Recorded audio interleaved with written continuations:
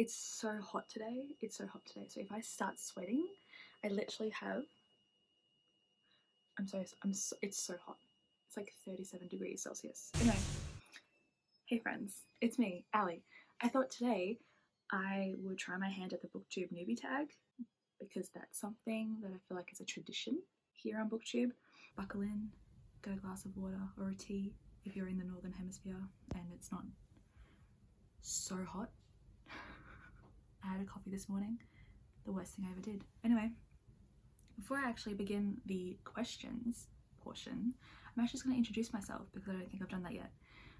Hello, I'm Allie, Alexandra, Al, Alex. I literally answer to any and all variations of my name.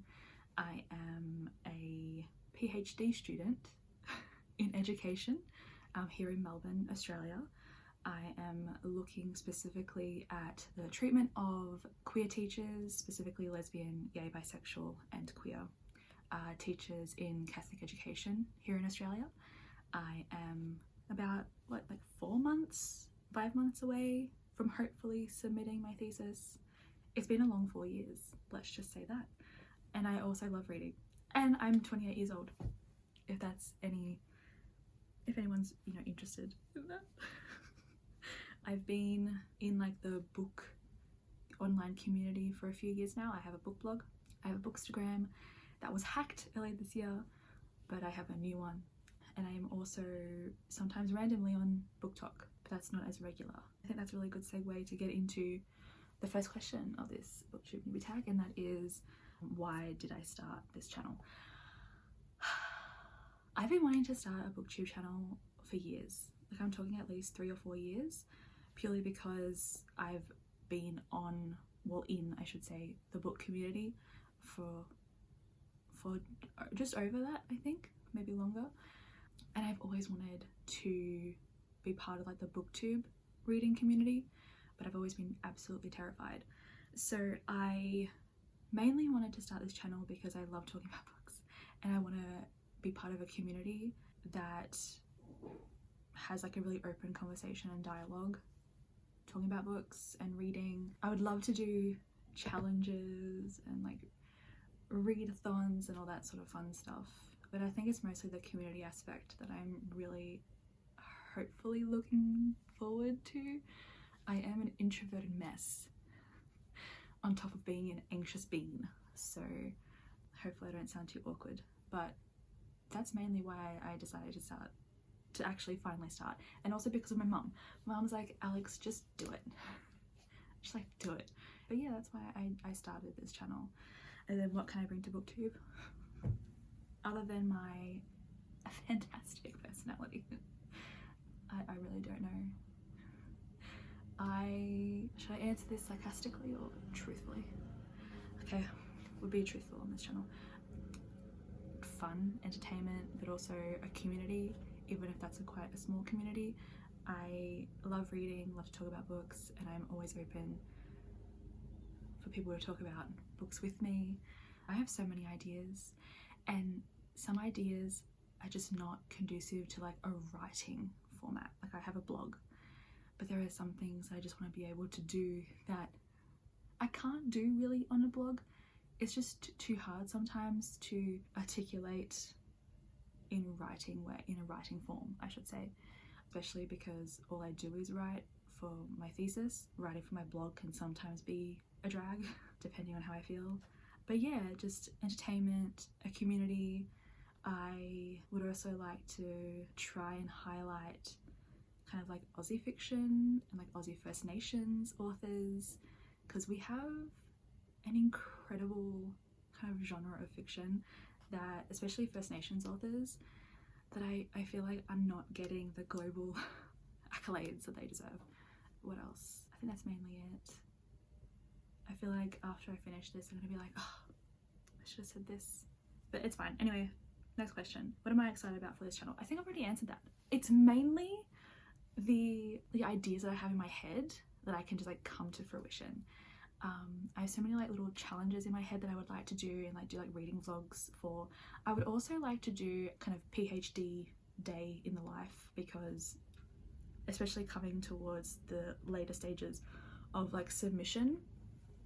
I think it's kind of an interesting insight, I think, in the monotony of being a PhD student. So I'd also like to do that.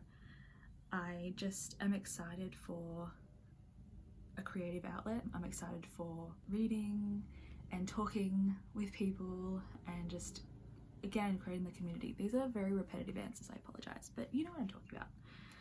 Why do you love reading? Why do you breathe? That's a really hard question.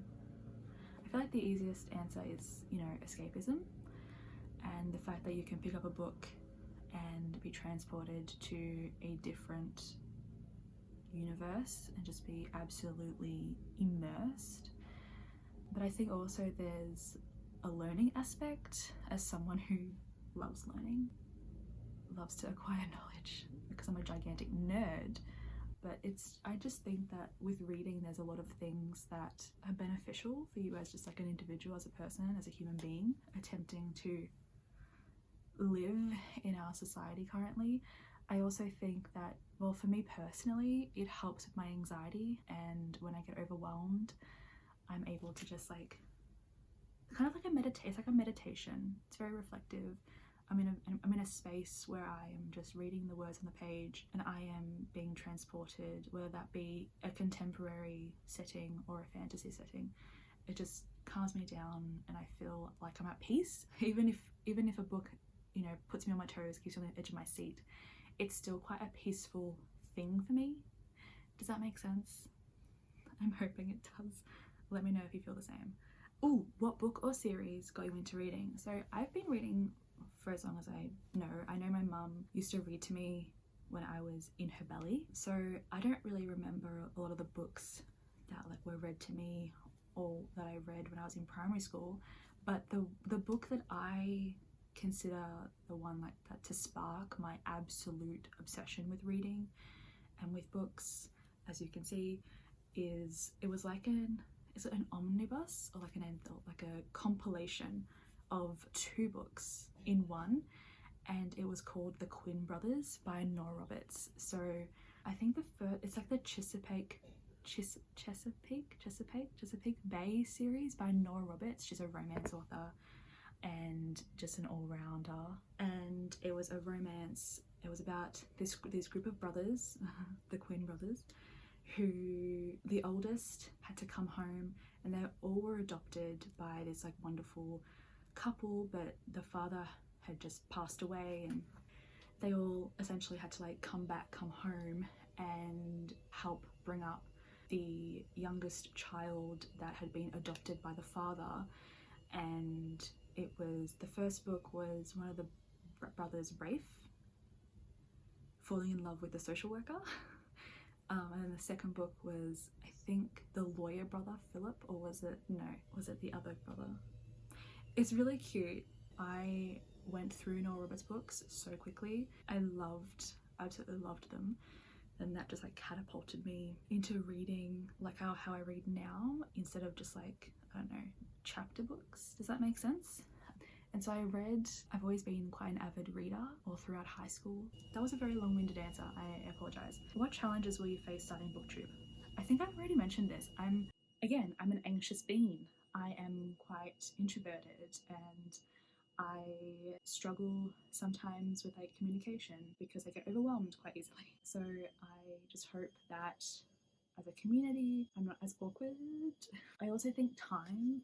I'm trying really hard to work on like time management, but I'm hoping to upload maybe like once a week and see where that takes me. But I'm not putting myself on a strict schedule because deadlines with my thesis and things can be kind of crazy, chaotic, and I might be teaching next year, so it's just, life could be a challenge. Life could be a challenge, guys. And then the next one is, where do you read? Where do I read? Oh, okay, so I read on the couch in the living room and obviously in my bed.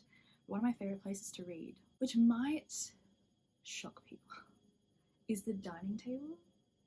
I like to sit on the dining table and just sit there and read. And I don't know why. I don't know how that came about. It's very strange. maybe, actually, you know what? I think I just answered my own question. Sometimes I like to read in silence. Very rarely though, but I have and I do. Majority of the time I like to have background noise. So I think with the dining table situation, I liked being in like the center of the house and like things happening around me while I read. If I'm reading on the couch or in my room, again, rarely in silence. Majority of the time I have something playing, either music or like a YouTube video or Criminal Minds, something very mindless, and that's how I read. It's like where I read and how I read, because I need something in the background. Does anyone else feel like that, or do you have to read in utter silence? Let me know. When did you start reading? I've already kind of answered this. I was young. I've always been reading, but I think my obsession really kick-started when my mum handed me the Nora Roberts book when I was in primary school. I would have been grade 5 or grade 6, which I would have been 10, 11, around that age. Is that how? Yeah, I think so. What kind of books do you like to read? I pride myself on like reading quite eclectically. I like to read different genres. I enjoy reading out of my comfort zone. Sometimes I feel like I need something that I love, that I know I will love, but the ones that I tend to steer clear of is like self-help books. Non-fiction I enjoy, especially like memoirs and like books about something. Does that make sense? Self-help I'm not really into. Horror I'm gonna gently dip my toe in. I've got an idea, a challenge for that. Hopefully that will come in a few weeks, but I don't read horror as much, so I'm trying to gently dip my toe into that genre. Thriller is also maybe one that I don't read as much. Like I may read a few here and there, like murder mystery I have read, but I guess I don't typically pick them up, but I do here and there. But I like mainly fantasy. Yeah, mainly fantasy. I feel like literary as well. Romance as well, like either contemporary romance, adult contemporary, or like fantasy romance, or books with like a romantic line, like plot line. I feel like that's mostly it. Mostly adult fantasy, because young adult fantasy we have a tumultuous relationship with at the moment. I think that's the kind of books I like to read. And going on that, because this is a booktube newbie tag and it is the end of the year, I thought maybe to talk about some of my favorite books, like of all time. But I've done a video talking about my favorite classics of all time. I won't be talking about classics here, but let's talk about some of my just like favorite books. So obviously The Secret History by Donna Tartt might be my favorite book of all time. I'm not too sure. I love her so much. I read this this time like 2 or 3 years ago, and it was a momentous time in my life. It really changed. I'm just gonna put this up here.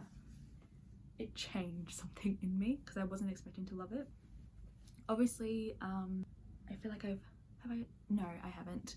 My Year of Rest and Relaxation by Tessa Moshfegh I adore, and I know that's a very problematic fave, but when I read this, my reaction to it was so visceral. Like I hated it, but I loved it, and it made me so confused as a reader, but I loved the unlikability of every character, and I just really enjoyed and loved the way that this was done. I don't know how to explain my love for this book, but that is literally it. Anything by Nalini Singh. Now if you don't know who Nalini Singh is, let me just get a book. But if you don't know who Nalini Singh is, she is an incredible fantasy romance author, and my 2 absolute favorite series from her that are still continuing, they're very long series, is the Guild Hunter novels, the Guild Hunter series, and the Psy Changeling / Psy Changeling Trinity series. They're fantastic. So this is Archangel's Resurrection. It's the most recent book in the Guild Hunter series. I love Nalini Singh. I think the way that she constructs her world, her fantasy worlds, they're so complex, they're so intricate, there's so much to them, and I really think that people don't pay enough attention to her because these are just kind of labeled as paranormal romance. They are that, but so much more. Like every book has a couple in the Guild Hunter novels and the Psy Changeling Trinity novels. There's every couple is a focus. There's a focus on a couple in every book, but it is within this very overarching, huge kind of world and plot lines that all interconnect. It's just absolutely fantastic. Nalini Singh has been one of my favorite authors for a very long time. I've been reading her since I was in high school. Like, she is just that bitch, and I love her. Another one of my favorites is Circe by Madeline Miller, which is it's a very like cliche kind of favorite. I love that book with all of my heart. I need to reread it. I also love The Priory of the Orange Tree by Samantha Shannon. I think it's right here. Yeah.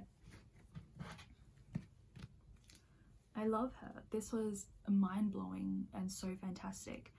And Samantha Shannon is a fantasy author that is just, oh, she's absolutely incredible. Another fantasy author that I love, and I'm slowly working my way through this very large series, is Robert Jordan. I started the Wheel of Time series this year. I'm on book 4 and I'm obsessed. I love this series with all of my heart. My favorite at the moment is book 3, The Dragon Reborn. That was just, it was everything and so much more. The way that Robert Jordan writes, oh my God, I did not realize the way that this man writes. He is just so beautiful and lyrical. The atmosphere, the unsettling nature of some of these scenes, the action scenes, just the foreshadowing and like the prophecy aspect. He is just, no wonder he is like such a huge fundamental like core aspect of like fantasy as a genre. Oh my God, so amazing. I love that series, even though I'm on book 4. And then in another turn of genres, let's talk about non-fiction. My favorite memoir of all time is In the Dream House by Carmen Maria Machado. I read that and it broke me in the best way. It was so wonderfully structured and so different that I fell in love. And I think also, going on that note in terms of like playing with structure, After Sappho by Selby Wynne Schwartz is also one of my favorite novels of all time. This, I think, was this a Booker nominee or a women's fiction nominee? It was something. But the way it's written in fragments, and it's written from different perspectives. So they're all surrounding like women reimagining the lives of a brilliant group of feminists or saphists. It was just such a whirlwind to read, and I really connected so much to these women in this story. And it's more like a creative non-fiction. I don't know how you would, it like straddles the line between what is fiction and what is not fiction. It's really, really wonderful. I think they're mostly my favorite books of all time. There's heaps more, but I just wanted to give a little sprinkle. And then on that note, shall we talk about my reading year? I feel like, because booktube newbie tag, but it's December, it's like the last week of December, I thought maybe let's just talk about my reading year. So I might do more of like an in-depth video about this, specifically talking about my favorite books that I've read in 2022, but let's just talk about statistics. So this year, as of right now, I have read 156 books, which is pretty good, I think. I've mostly read fantasy novels. My top 4 genres is fantasy, romance, LGBTQIA+, which makes sense, and contemporary, and literary. Sorry, it's a draw, they're the same. So that's my top genres of the year. My most read authors, Nalini Singh, which of course, Seanan Maguire. I started reading the Wayward Children series, loved that series so much. Leo Tolstoy, which doesn't surprise me. Alice Oseman, Tamsin Muir. Oh my god, Tamsin Muir. I will be talking about her and those books in a future video. And R.F. Kuang, Robert Jordan, Olivia Atwater, Kimberly Lemming, and Sarah J. Maas. But Sarah J. Maas, I've only read 2 books. So a lot of fantasy romance, then just like random fantasy sci-fi. So pretty cool year. I think the month where I read the most books was July. In July I read 23 books, but mind you, a lot of them were short books and novellas. So like, don't hear 23 and think that I'm reading like 500-page novels. No, that was not the case. And the month that I've read the least amount of books was November, which was last month. I read like 4. Let me look. I read 4 books, which makes sense because November was a hard month. And my average rating is 4.04 stars, which is actually really fantastic. The most I've given, how many books have I given? I've given 52 books 4 stars, which is, see, it's like been a really fantastic reading month. And I've given, I think, 46 books I've given 5 stars. It's really, really been such a fantastic reading year. And I think that's all I want to talk about today. Shout at me in the comments, talk to me, please.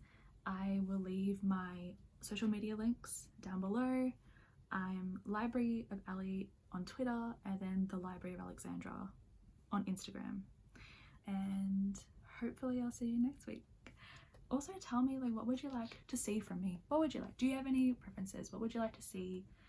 Would you like weekly reading vlogs and then separate like days in my life PhD vlogs, or would you like them to be combined? Is there any reading challenges you want me to do? Would you like a bookshelf tour? I don't know. You let me know what you would like to see and we can talk there. Thank you so much for watching. Thank you so much for spending all this time with me.